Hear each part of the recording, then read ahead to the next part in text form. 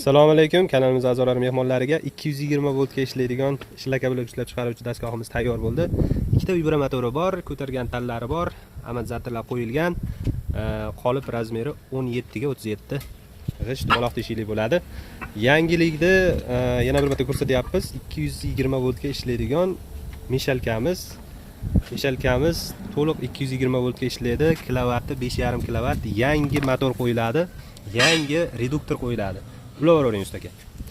Mana ulaymiz. Ishlashi mana. Mana shu 380 lik mishalkamiz bilan birga bir xil ishlaydi. Kilovat kamroq, lekin effektliroq bo'ladi. Ochilishi mana shu joydan. Bo'ldi, o'tiring.